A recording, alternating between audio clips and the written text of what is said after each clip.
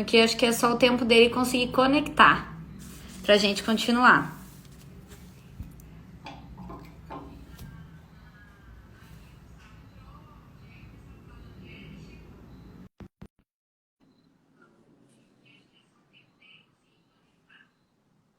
Gente, só um minutinho da conexão aqui, já vamos continuar. Oi, Gustavo! Tudo Achei que você bom? não vinha mais. Ah, não, é um pouco de dificuldade em lidar com a internet, com o Face, com o Instagram. Eu Tudo comecei bom? aqui e falei, gente, doutor Gustavo não começou, eu vou falar um pouquinho, mas daqui a pouco ele chega. Tá Não, joia. eu tava aqui tentando mexer, ainda não sou um cara muito habilidoso com essas coisas. A primeira live que eu participei, eu também não consegui entrar. E daí, eu também fui atrasando e a pessoa falou, gente, ela não vai entrar. E daí, porque eu também não sabia, não estava atenta como fazia. Vamos lá então, pessoal. O doutor Gustavo chegou para a gente continuar aqui a conversa. E eu queria que ele se apresentasse primeiro para vocês conhecerem. Tudo bom, gente? Meu nome é Gustavo Cruz, Gustavo Zépica, sou urologista, sou formado no Rio Grande do Sul, né? Fiz urologia no Hospital das Clínicas de Porto Alegre. E vim aqui para Foz do Iguaçu já faz, acho que 2012 vim para cá, né? Tem parte da família que está por aqui, então a gente fugiu um pouco da minha terra natal. É, eu trabalho com basicamente todas as áreas da urologia, não trabalho muito com patologia infantil, né? Isso acaba ficando a cabo do pessoal da cirurgia pediátrica, hoje tem a doutora Mônica, que mexe muito bem com isso. Mas tem algumas coisas que estão meio conjuntas, né? A gente trabalha com a parte de próstata, todo o sistema urinário, né? A parte feminina do sistema urinário também, problemas de infecção. Então, assim, é uma área bem ampla, né? Todo o sistema urinário e gênito masculino, né? A gente toca. Tá joia. E Tá hoje a dando gente para vai ouvir falar um bem? pouquinho da saúde da mulher. Oi? Tá dando para ouvir direitinho? Tá dando super bem. Aqui para mim o som tá ótimo.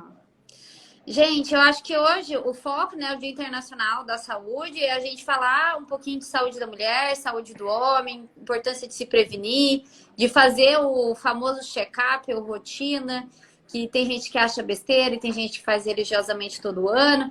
Então, esse é o foco de hoje, a gente conversar e falar um pouquinho do que é importante em cada fase da vida, se tem algum exame que não pode faltar.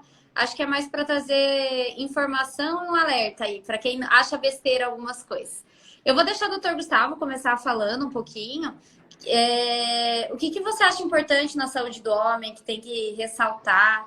Ou se tem alguma coisa por fases da vida do homem que você acha importante prestar atenção?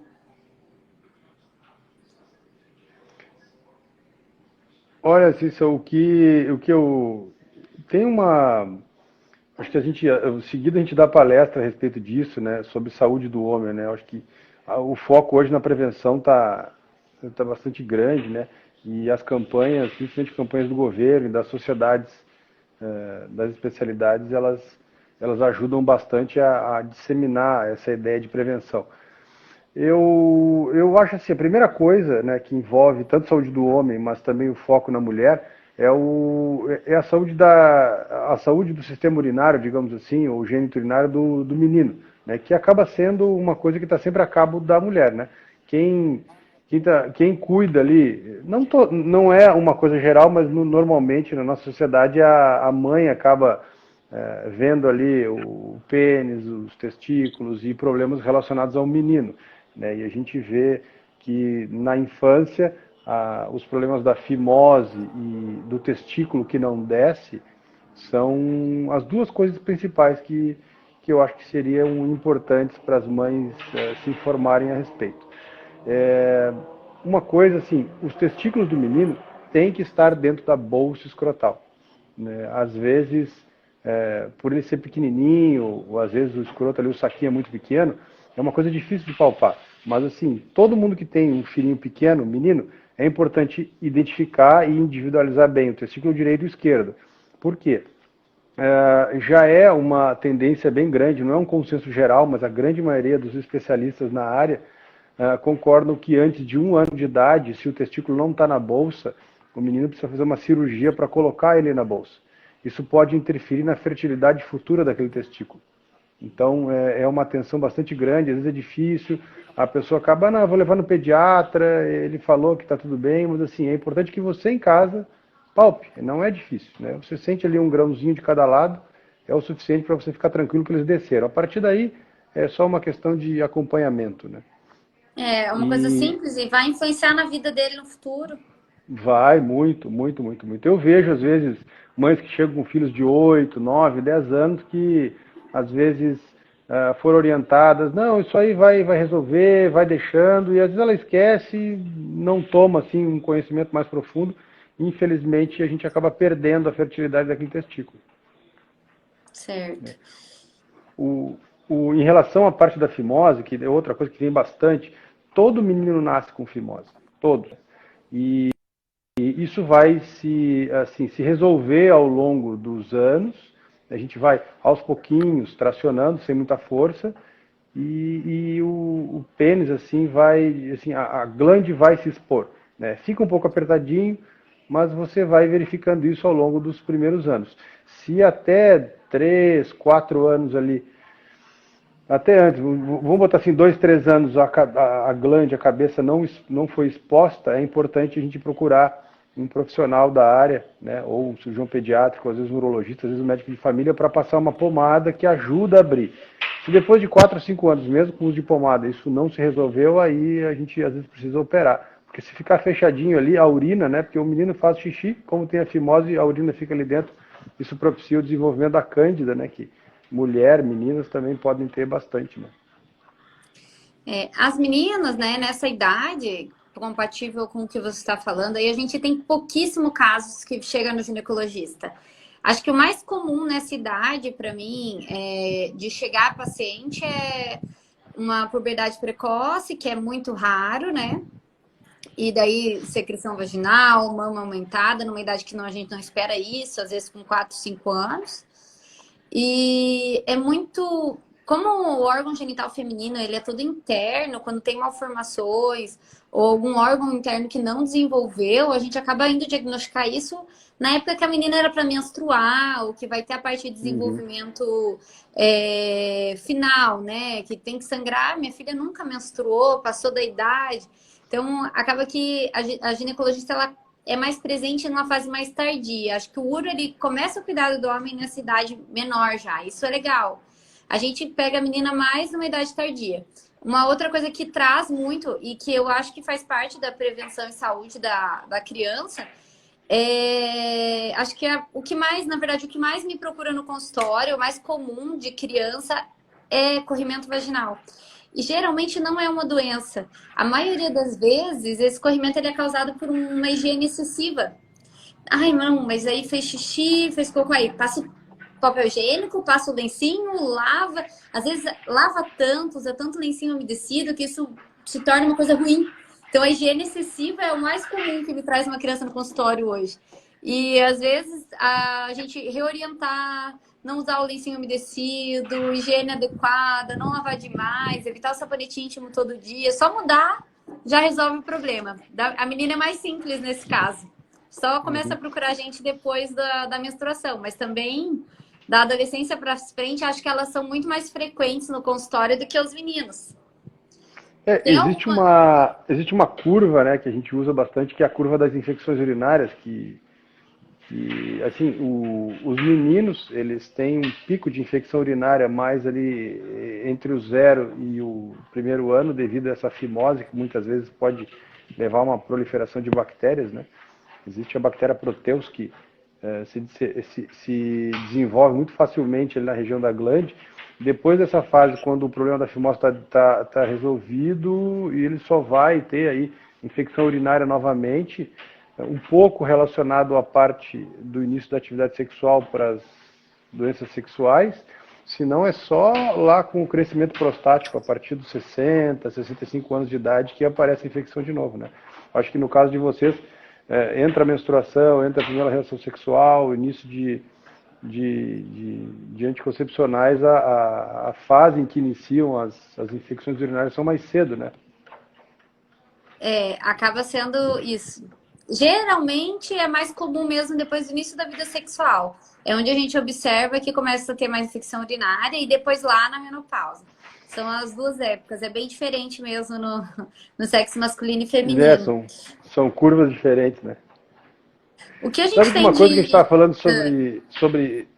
não te interrompi, mas uma coisa que a gente estava falando sobre a vinda aí das crianças, né, no consultório que não é tão frequente, uma coisa que a gente chama atenção, assim, eu estava vendo hoje, existe até para o pessoal olhar, é bem fácil de ver, existe um órgão brasileiro chamado Vigitel, que levanta muitos dados a respeito de comportamento, principalmente ligado à alimentação, tempo de televisão, tempo, consumo de refrigerante, obesidade.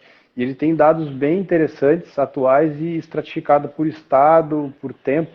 E a gente vê hoje que o número de crianças obesas e sobrepeso aumentou muito, né? A gente tem uma quantidade, por exemplo, assim, de adultos hoje sobrepeso no Brasil são em média acima de 50%, né? Um pouco mais de sobrepeso para os homens que para as mulheres. E a obesidade nas mulheres, né, é um pouco maior, chega aí, obesidade entre homens e mulheres está em torno varia entre 15% e 20%, né? E eu estava vendo hoje mesmo, que saiu em 2020, que o número de crianças acima do peso e obesas vem crescendo todo ano um pouquinho, né? Então, isso está muito relacionado também ao crescimento das crianças. Então, que nem você tinha falado, que às vezes a gente tem crianças que vêm porque às vezes tem uma puberdade precoce, alguma alteração relacionada a essa parte do metabolismo, crescimento e hormônios. Isso também está bastante ligado à atividade física, à alimentação das crianças, né? Às vezes a gente está vendo que as crianças têm uma vida um pouco diferente do que se tinha antigamente, né? Isso assim, é cedo ainda para falar, com certeza, mas tem influenciado bastante na parte do crescimento infantil. E assim, é cedo às vezes para afirmar algumas coisas, mas tem algumas coisas que já são certas, né?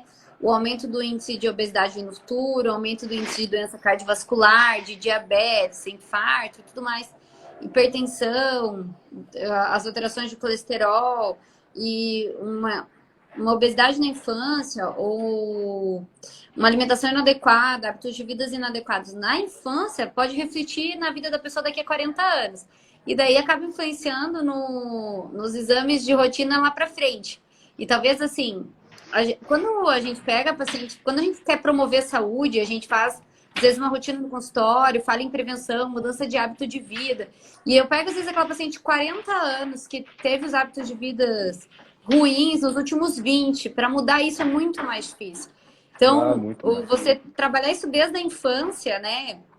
Ter uma rotina, hábitos de vida saudável, os pais colocarem isso em casa, ela ter isso como rotina, a chance dela ter problemas no futuro é muito menor.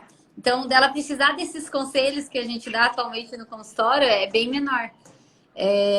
A infância o pediatra cuida muito bem disso, né? A infância é o grande momento para realmente adquirir hábitos de vida saudáveis.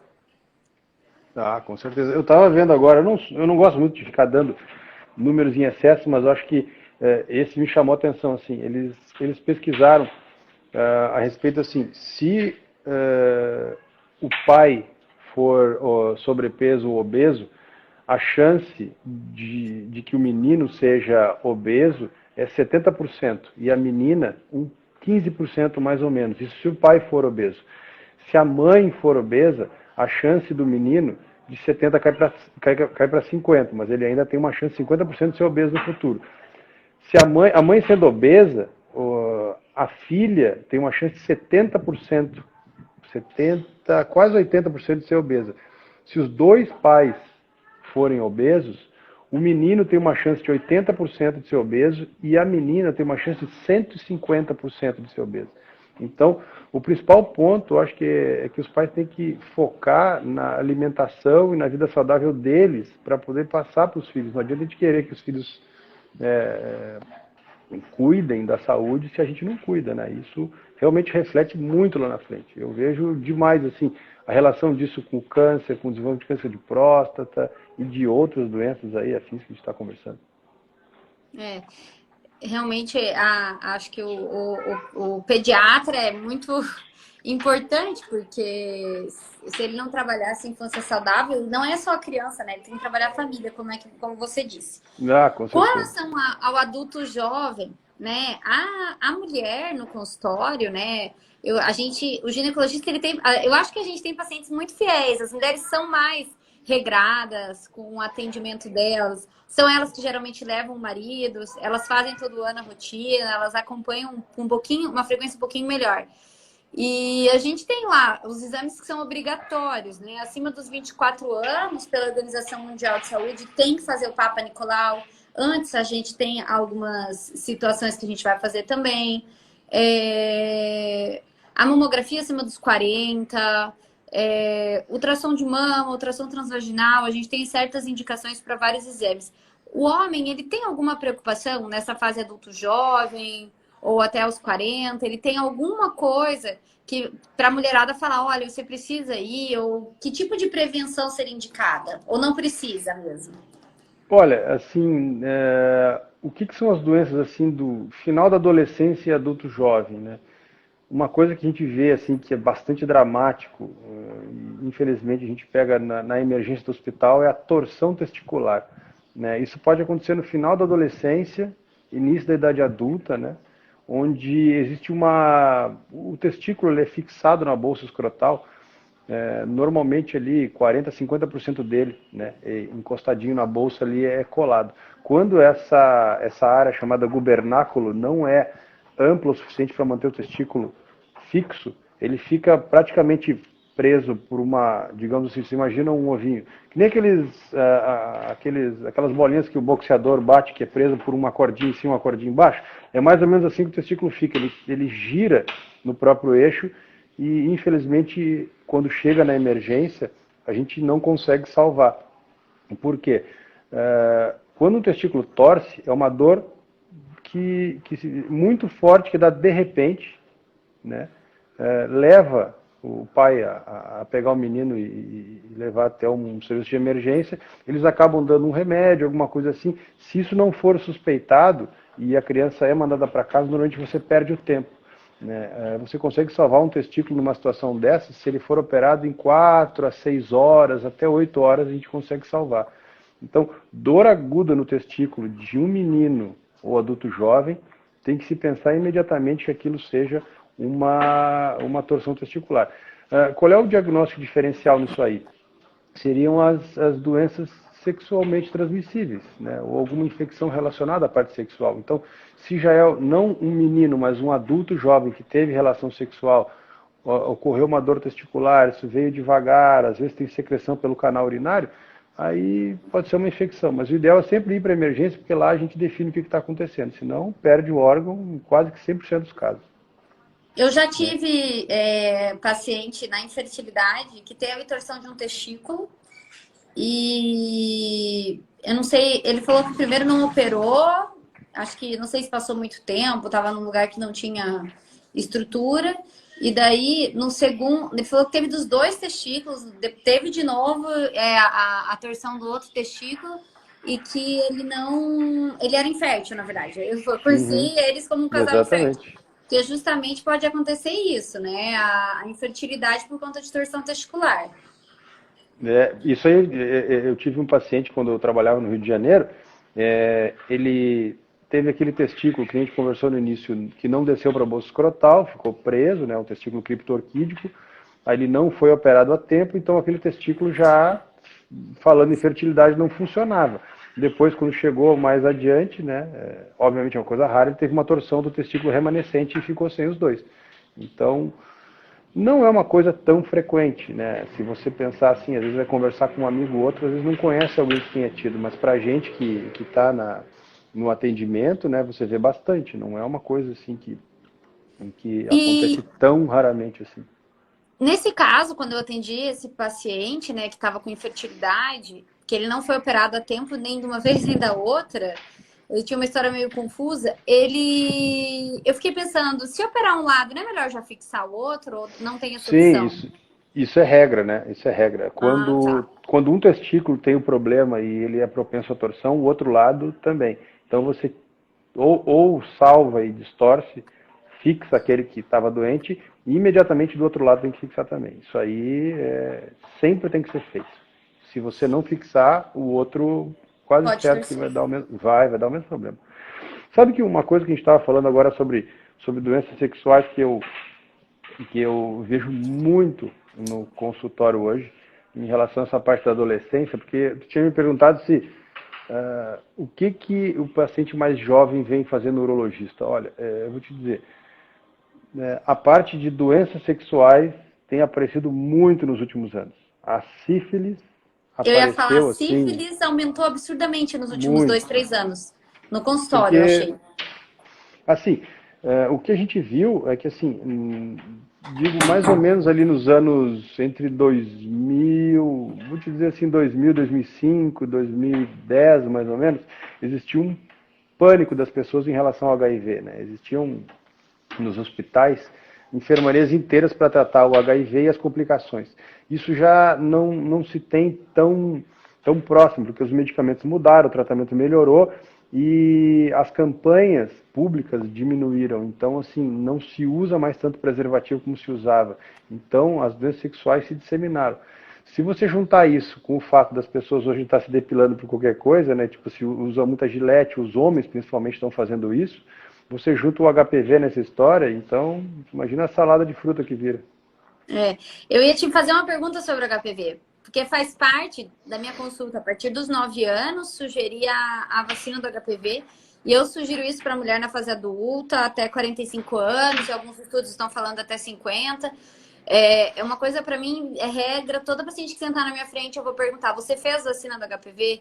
Porque a gente tem aí uma diminuição absurda do câncer de colo com uma vacina. É a única vacina no Ah, com mundo certeza. que evita um câncer. E eu queria saber o ponto de vista de vocês para vacinar os homens, que na minha opinião seria o ideal, assim. A gente não vacinar só a mulher que tem o câncer, tem que vacinar também quem pode ter a doença, para a gente chegar em algum momento a liquidar essa doença, ou diminuir de forma importante. Ah, sim. É uma doença mutilante, né? Eu acho que para a mulher, o câncer de colo de útero, todo câncer, né? Mas o câncer de colo de útero e o câncer de mama, principalmente porque pegam assim, são muito rápidos, muito agressivos e pegam mulheres jovens, muitas vezes, são cânceres que assustam demais. Em relação ao HPV, assim, eu recomendo a todos os meus pacientes, primeira coisa, use preservativo, né? Se a parceira não tem nenhum histórico que você conheça, use sempre. Não faça depilação, principalmente com gilete, né? O que eu vejo? O menino está lá, ele vai sair com uma menina de noite ou vai sair à tarde, aí os dois já têm a expectativa de que vai ter uma relação sexual ali, ele vai lá e passa gilete naquele dia.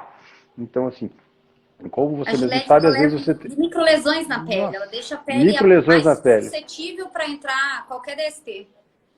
Eu falo para ele assim, isso é a mesma coisa que você arar a terra e só espera para jogar semente. Igualzinho. Porque as lesões às vezes, de colo de útero feminino, né, são internas, não tem nenhuma lesão externa visível, ela não sabe que tem, a secreção vaginal com os vírus vem e faz a semeadura da pele. E eu já peguei paciente com 50, 100, 150 lesões por causa da depilação. Então, isso aí é uma fonte de disseminação muito grande. Eu sempre aconselho a fazer a vacina. É claro que assim, as recomendações é um pouco mais efetivo, né? Quanto mais jovem, porque a chance de exposição a várias cepas do vírus é menor, né? Mas hoje em dia, sim, a gente precisa realmente de bastante tempo e estudo a nível populacional para saber até onde vale a pena. Mas assim, é que nem a gente está discutindo, né? Fazendo um parênteses nessa história não gerando polêmica, né, do uso da hidroxicloroquina no coronavírus. A vacina para o HPV não é uma coisa que vai gerar mal para o homem, é só uma questão de custo. Então, assim, se existe um benefício, por menor que seja, mesmo que ainda não seja totalmente quantificado, sendo que você não vai ter nenhum efeito colateral maior, não tem por que não tomar. Então, eu recomendo para Exato. todo mundo que vai tratar. E na verdade, assim, a Austrália parece que é a Austrália que está fazendo um estudo e eles estão vacinando homens e mulheres. E eles têm uma previsão bem audaciosa E eu não sei se é daqui a 20 anos não ter câncer de colo no país. Pô, Hoje, seria uma maravilha. pois é, porque assim, às vezes a mulher não toma, mas se o cara tomou, ou se você amplia isso, então talvez, não que ela não vá ter nenhum HPV, eles podem ter, tem um monte de cepas, mas a gente tem aquelas principais que causam o câncer, e quando chegar a nona valente, ainda que é a vacina mais nova de HPV, que era para ter chegado no Brasil agora, em dezembro, não chegou, diz que a previsão é até final do ano, eu duvido que chegue. Mas aí a Ainda gente mais agora. vai proteger mais de 95, 96% do câncer. Isso é absurda a queda. É o terceiro câncer da mulher, é a quarta causa de morte por câncer no Brasil, da mulher. É uma taxa muito alta. A gente poder cortar isso ia ser perfeito. Eu acho que vacinar os meninos ia ser uma coisa interessante. Quem sabe um dia a gente consegue isso pelo Ministério Público também e pela saúde pública, né? Igual vacina as meninas de graça, dos 9 aos 14 anos, conseguir vacinar todos os meninos. Gente, um parênteses a respeito da vacina, né? Não existe essa história de não vacinar, de que vacina faz mal, sabe? Esqueçam isso. Isso é uma balela, uma furada, uma mentira, entende?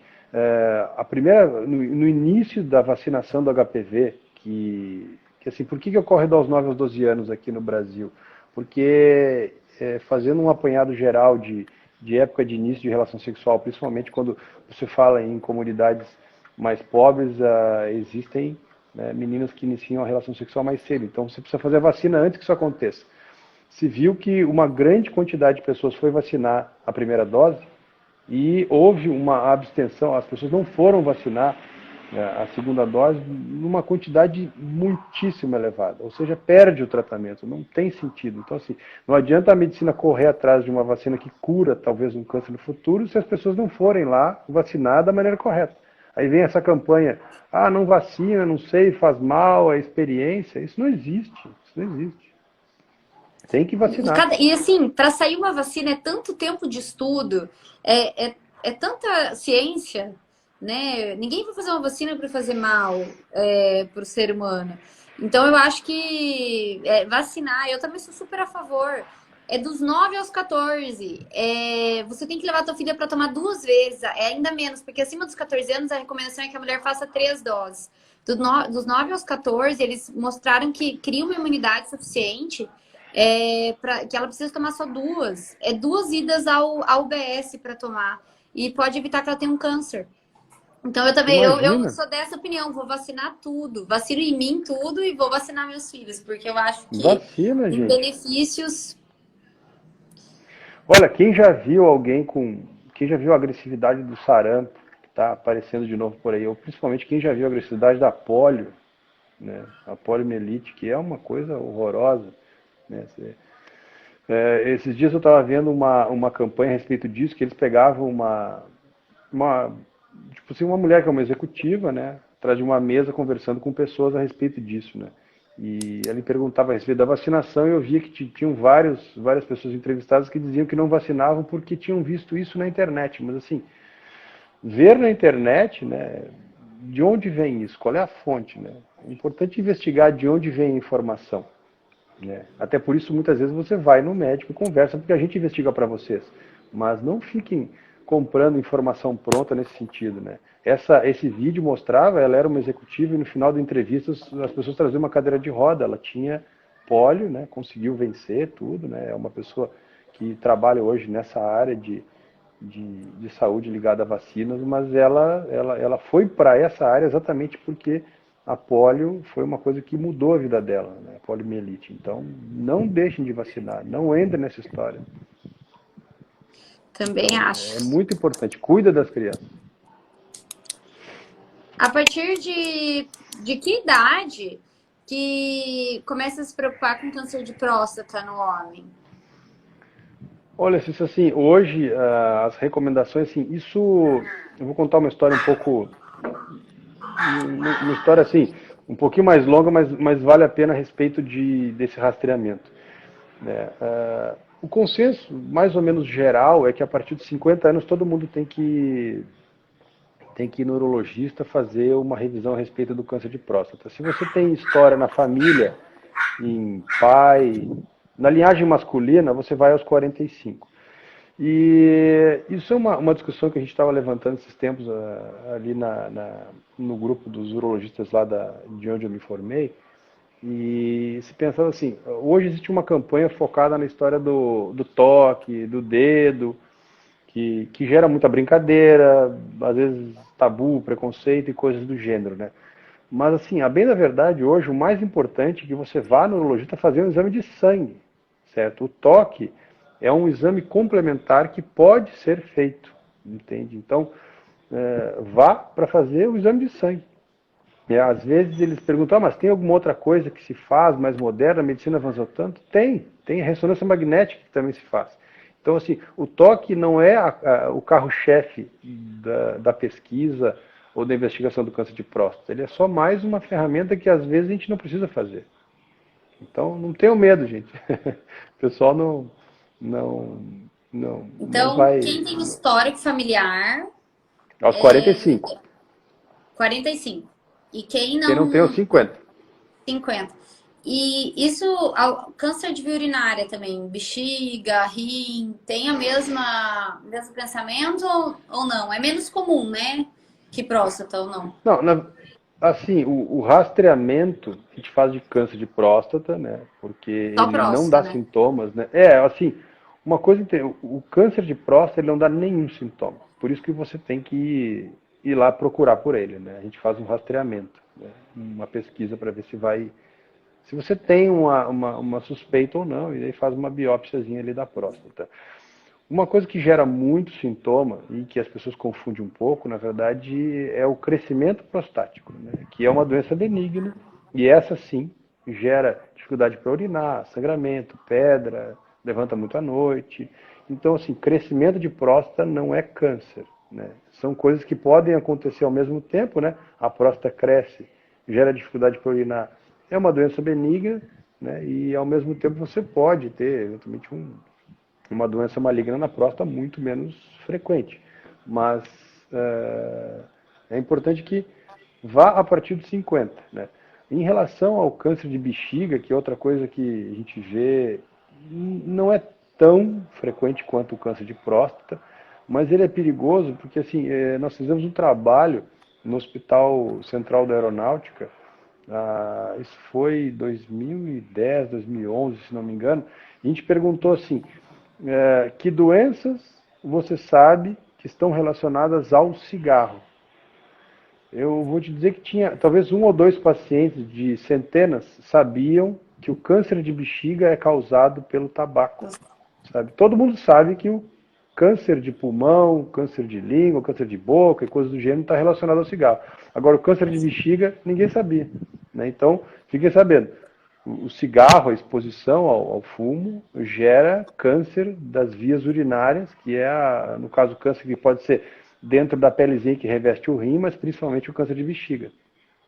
E também era um fator predisponente, né? Para aumentar o risco de alguns tipos de câncer no organismo. Na mulher mesmo, a mulher que fuma, uma lesão para câncer de colo, ela tem uma chance muito maior de evoluir para o câncer de colo e ela ter um câncer de colo mais agressivo. Câncer de mama tem aumento de risco. Eu costumo, meus pacientes fumantes, eu dou todas essas orientações, eu costumo falar sobre quais os cânceres mais comuns, que tipo de doença pode acontecer. E eu uso sempre essa frase: o cigarro ele não é bom para nada. Ele só tem um Ele é bom fim. só para quem Uma vende. doença ele vai te trazer. Ele vai te trazer alguma doença. Então, Aí deixa a pele feia ainda também, né? Melhor ele não deixa fumar. a pele feia, o dente, né? O cheiro da pessoa fica cheirando Assim, cigarro. Eu sempre levanto a plaquinha do contra o tabagismo na consulta por causa disso. sabe que a gente tinha, fazendo um gancho naquilo que a gente tinha falado, né? Assim, parece que a gente só dá dados ruins, né? Aquilo que a gente tinha comentado, a obesidade e o sobrepeso do Brasil aumentou ao longo dos anos, mas as pessoas se deram conta disso e estão tentando reverter. O fumo está cada vez tipo assim, vem caindo. Obviamente, hoje esse deu uma subidinha em relação aos últimos anos, não a subida do fumo, mas assim, desacelerou a queda devido ao uso desse arguile que estão usando bastante hoje, mas as Narguile e pessoas o estão cigarro fumando menos. eletrônico. Esse aí é um horror, né? É. As pessoas estão fazendo mais atividade física em relação aos últimos anos e as pessoas comem muito mais legumes e verduras. A gente espera cigarro, obesidade e essas doenças estão relacionadas ao desenvolvimento de qualquer câncer, né? Sim. Eles perguntam assim, pô, mas não tem cura? O câncer não tem cura? O câncer? Não, mas assim, especificamente, que nem você estava falando, fazer lá a prevenção do câncer de colo do útero e fazer a vacina previne para o câncer de colo. Pegar um câncer de próstata cedo, você consegue curar. Porque senão ele não vai fazer o exame de rotina. Ah, não vai. É importante ir para. Porque tem muitos cânceres que você consegue pegar ele cedinho e cura. Então, assim, É. câncer tem cura. Depende do câncer e depende mais do paciente também, né? Que tem que procurar a gente para tentar descobrir se tem alguma suspeita. É, nas minhas pacientes eu costumo, às vezes, a rotina, ai, todo ano é normal, não preciso mais ir. Não, mas a gente faz, alguns exames precisam ser anuais, outros tudo bem, podemos espaçar, fazer a cada 2, 3 anos. Mas o objetivo é exatamente esse. Opa, do ano passado era assim, esse ano mudou. O que mudou? Por que que mudou? O que que mudou no teu hábito de vida? Às vezes a pessoa um trabalho, muda os hábitos de vida, muda alguma coisa que ela não percebe e isso influencia de forma importante, ela nem está percebendo. E, então, eu acho que a rotina no médico ela é interessante por causa disso. A ginecologista, a gente acaba vendo a paciente dos 30 aos 40, até os 50, em todas essas fases. Acho que vocês acabam vendo o paciente um pouquinho mais tarde. Uma pergunta que eu queria te fazer nas mulheres existe aquela preocupação com a menopausa e a preocupação que a menopausa vai chegar e o que vai acontecer comigo e aumento do risco de algumas doenças. O homem tem a andropausa, só que parece que ela é esquecida. Eu acho que eu queria saber por que que eu tô esquecida, se existe algum, por exemplo, a mulher eu faço uma reposição hormonal, eu sei que eu posso diminuir risco cardiovascular, melhorar a qualidade óssea. Para o homem isso não é verdade, talvez por isso que não se aborde tanto a andropausa? Assim, a andropausa, que veio assim de alguns trabalhos que mostraram assim que a reposição de testosterona em homens que têm testosterona muito baixa, né, recuperou, na verdade, né? Então, assim, fazendo um parênteses a respeito do trabalho, eles pegaram diversos homens, né, e viram que existiam sintomas variados, né, digamos assim, problemas de sono, problemas de humor, aumento, às vezes, de gordura abdominal, perda de massa muscular, tudo isso relacionado a uma queda que eles encontraram em exames de testosterona, né? E esse homem foi, digamos assim, classificado como um homem na andropausa. Isso não acontece com todos os homens.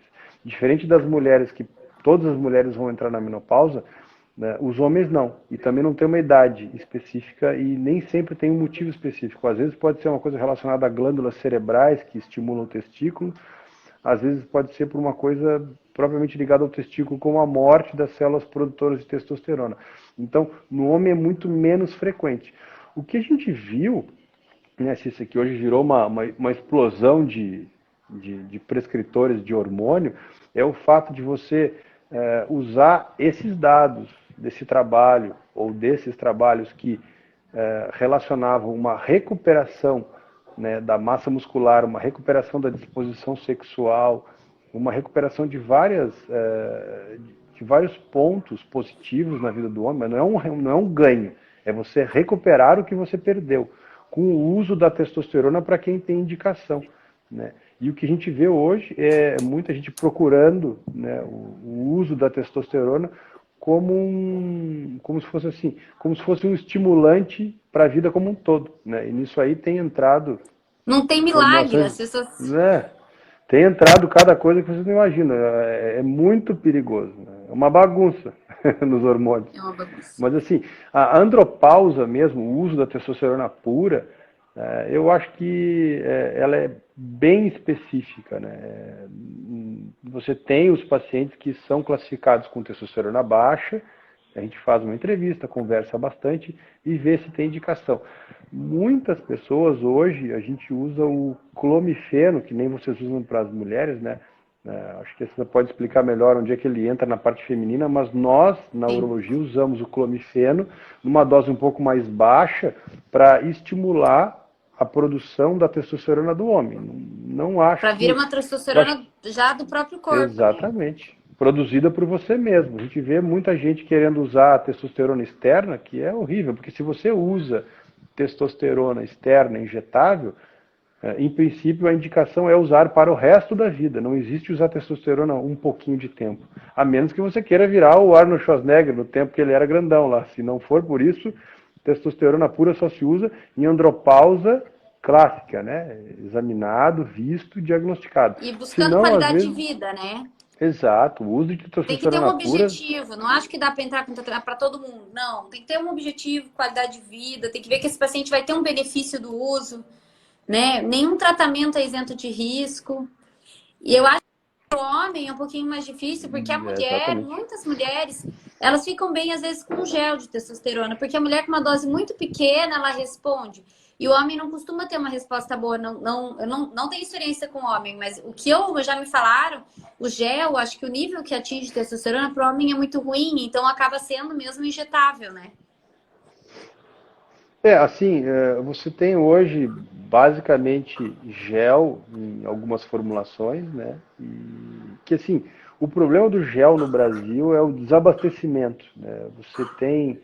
Tinha uma marca chamada Axeron, que era da Lilly, a mesma produtora do Cialis, que eles vieram para o Brasil, porém a fabricação era muito complicada, a distribuição, mas o Brasil é enorme, gigantesco. Imagina você conseguir abastecer todas as farmácias de todas as cidades. Eles não conseguiram fazer isso.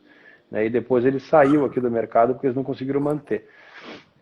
Existiu o androgel, que tem, não tem. Então, assim, o problema do gel, eu vejo assim, ele até consegue atingir níveis acima do que seria o nível mínimo, e muitas vezes ajuda muitos homens, mas assim, é difícil às vezes de você manter o uso, no caso do homem, porque são doses maiores e eu vejo que os pacientes reclamam muito que não encontram. Né? Então eu prefiro usar o injetável. E o injetável é um tempo maior, né? Porque o gel acaba que ele tem que usar na posologia várias vezes. E tem que ter uma rotina. E o homem eu vejo que não tem muito. Não, Ele não tem. A não mulher já gosta de passa. rotina. De A ter que mulher já passar o passa. gelzinho todo dia. Exato, não quer passar. A mulher já passa um creme, né? Às vezes já usa maquiagem. Até por isso, assim, você vai ver que homem não usa protetor solar, né?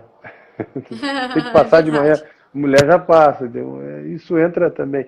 É aquilo que eu falo, fazer um parênteses. A mulherada marquem a consulta do seu marido, porque eu vejo assim, ali a gente tem uma referência na nossa grade de consultas. Quem marcou, né? Metade dos meus pacientes, quem marcou foi a irmã ou foi a mulher, né? Ele vem meio que meio a reboque, de arrasto, né? Eu tenho o Mas assim, hábito, geralmente, né, o... no consultório, quando eu começo a reposição hormonal da paciente, muda alguma coisa na vida dela, às vezes ela pergunta do homem. E daí, quando eu falo da andropausa, ela, meu marido tá com isso. Marca, eu nunca vi uma paciente, vou dizer para consulta. Não marca. sim, ela marca, às vezes ela vai junto, leva até o consultório e fica esperando ali fora, para ter certeza que ele vai. Mas assim, uma coisa importante na análise, ou pelo menos na consulta referente a essa parte hormonal, é saber se o paciente tem os sintomas que se encaixam na andropausa. E daí, primeiro você tem os sintomas, depois você analisa os exames. Não é o contrário que se faz. Se você for pegar único e exclusivamente por uma variação de hormônios, talvez você trate mais pessoas do que necessitem ser tratadas. E Então os você sempre exames tem de que ver. dosagem de testosterona não são legais, né? Desculpa ter te É. cortado, é que eu fui Não, mas é impulso. isso aí mesmo, eles são bem irregulares, tem que medir de novo. Assim, uma coisa que a gente vê, se a pessoa está. Uma coisa que acontece comumente, a pessoa está dormindo mal, ou porque trabalha como segurança e faz horário noturno, ou por algum motivo está em trabalho de conclusão de faculdade, de curso, por algum motivo você está dormindo muito mal há vários dias. Nasceu o primeiro filho, porque depois do segundo você já aprende um pouco mais, né? Mas mesmo assim, se você dorme mal, o seu corticoide endógeno, o cortisol, um deles vai subir. Cortisol. Se ele subir, automaticamente a testosterona vai descer. Se você medir, ela vai estar baixa. Então, assim, o cara que dorme mal, seja porque está estressado, por uma questão de trabalho, ou por qualquer motivo, vai ter uma testosterona mais baixa. Então, assim, a gente mede, conversa e depois mede de novo, para ver se realmente está baixo. Né? Mas tem que ver se os sintomas estão presentes. Porque os sintomas relacionados à andropausa, eles são muito subjetivos. Então, assim, você diz assim, estou sem disposição. Isso pode acontecer com qualquer pessoa por vários motivos, né? Não ter disposição sexual, também por vários motivos, né? Dormir mal, por vários motivos. Perda de massa muscular, a mesma coisa. Então, são sintomas que podem acontecer em vários setores do nosso corpo e da medicina. Então, é importante Nem olhar com muito cuidado para a gente não colocar na testosterona, né, a culpa de tudo. Exatamente. Eu Ela falo tem para o a paciente fama de assim, ser o a hormônio. testosterona é que nem a gasolina do carro. Ela tem a fama de ser hormônio do bom humor, mas também não tem milagre. As pessoas acham que às vezes só aquele Não, não ponto tem. vai melhorar e não é assim. A gente tem que abordar de forma mais abrangente. Eu queria colocar um dado aqui que como por que é importante falar de saúde, de prevenção, de rotina? É, O Brasil, graças a Deus, estamos envelhecendo. Em 2016 teve em torno de 15% da população são idosos. Foi a última vez que colocaram esse dado, né, no Ministério de Saúde. E 15% da população de idosos é interessante. A expectativa de vida da mulher hoje chega a 79 anos, em média, e a do homem 72. Então, tudo isso que a gente falou, desde a saúde da criança, adolescente, adulto, pós-menopausa, andropausa, visando isso, né? Que a gente envelheça bem, faça prevenção de saúde e tudo mais. Da testosterona, eu queria aproveitar para te perguntar uma coisa. Sobre Eu tenho eu atendi com uma certa frequência já casais de infertilidade de causa masculina. E uma das causas que a gente vê é o uso da testosterona por jovens, para academia ou alguns suplementos. Vocês costumam pegar isso também? Porque o que eu observei é que, além da infertilidade, que às vezes é o que traz o cara na consulta, mas o cara tem outros sintomas, tipo assim, fritou o testículo de usar a testo exógena e de repente ele tem tipo, uma síndrome de abstinência quando tira essas medicações. Demora um Uhum. tempo para o testículo retornar à produção. Assim, o uso de testosterona deixa qualquer pessoa, qualquer homem, no caso, estéril, né? Sempre. Sim. Então, eu vejo alguns amigos que, tipo assim, a gente pergunta assim, você usa? Não, não uso. Ó, só para te avisar, se você usar, fica estéril. Ah, sério mesmo, é? E começa, tu vê que realmente, às vezes usou alguma coisinha e não quer falar, um amigo meu usa, mas ele está preocupado e tal. Gente, É. a testosterona, o que ela faz? É basicamente assim, o cérebro, ele tem um sensor que mede o nível de testosterona no seu corpo. E a partir daquele sensor, ele estimula o testículo mais ou menos. Se você injeta testosterona, o cérebro olha através do sensor dele e vê, ó, a testosterona está muito alta, vou mandar parar de produzir. E você vai injetando, injetando, injetando. E ele vai vendo que tem testosterona demais, o que ele faz? Ele desliga o testículo para não ter demais, para não ter excesso. E assim, quando você para de usar, o cérebro precisa voltar à leitura e perceber que não tem para daí estimular o testículo novamente. Só que assim, até quando ele vai conseguir ligar o sensor e desligar, ligar e desligar, Eu já vi casos de pessoas que usaram anabolizante há muito tempo e não funcionou mais. Então, assim, isso que a gente chama é o eixo entre o cérebro e o testículo. Assim, o quanto esse eixo dura, o quanto ele resiste e como que ele vai funcionar regulado ou não, não existe uma resposta.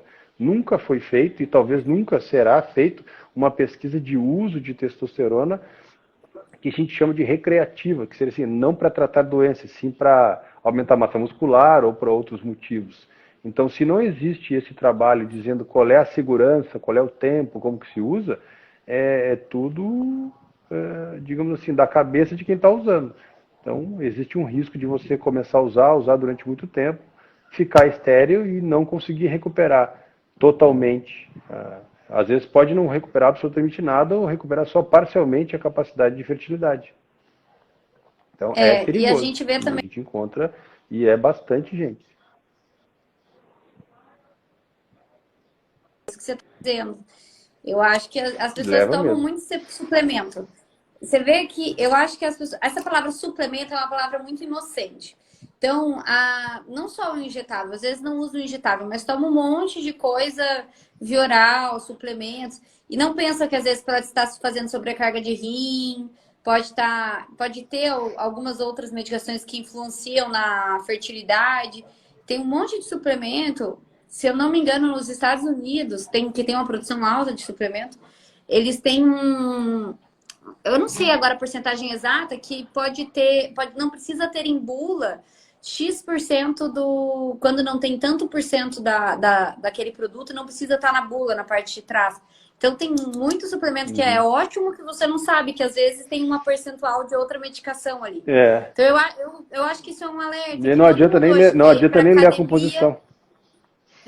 Eu quero ir para academia, ficar fitness, quer ter outros resultados e às vezes não pensa na fertilidade, na saúde no futuro, em estar sobrecarregando alguns órgãos, fígado, rim.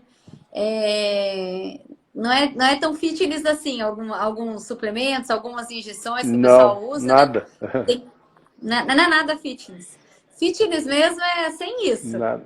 Alimentação adequada, frequência, É, rotina de atividade física. isso como é que a gente chama? É doping? Não, que assim, o projeto, acho que tudo passa pela ansiedade da pessoa de querer um resultado muito rápido.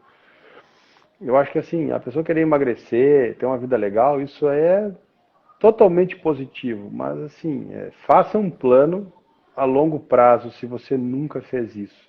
Não espere um resultado em 3 meses, 4 meses, 6 meses, porque isso aí gera frustração e é aí que a pessoa mergulha nesse mundo obscuro aí da prescrição de suplementos e o que você vai ver? Eles prescrevem lá muita vitamina que você não precisa, né? Muito suplemento que você não precisa e embute ali no meio alguma coisa hormonal que vai movimentar a parte Melhorar o teu hormonal. resultado. E parece que a curto prazo imediatamente melhora, mas não é duradouro. Você não pode usar essas coisas por muito tempo porque tem um efeito bombástico, né? E às vezes a menina está ali fazendo, ou o menino, uma academia tudo certinho, o resultado demora, aí vem um colega do lado que chegou uma semana depois de você e em questão de 30 dias está totalmente diferente, ele cobra lá do professor de academia. Né? E aí, o Deixa que eu falar aconteceu uma com ele? coisa. Ele usou Nossa live vai ser né? encerrada pelo Instagram. Agora que eu vi a hora. O Instagram ele encerra a live Ah, com é? 1 hora, gente. Então vai dar 1 hora agora. Nem parece, passou 1 hora muito A rápido gente do conversou, bate-papo. a gente conversou tanto, eu nem percebi passar. Não deu tempo nem de abrir para pergunta. Gente, é o seguinte, eu queria agradecer a presença de todo mundo. Queria agradecer ao Dr. Gustavo, que deixou esse tempo aqui para parar e conversar com a gente por essa 1 hora. Muito obrigada,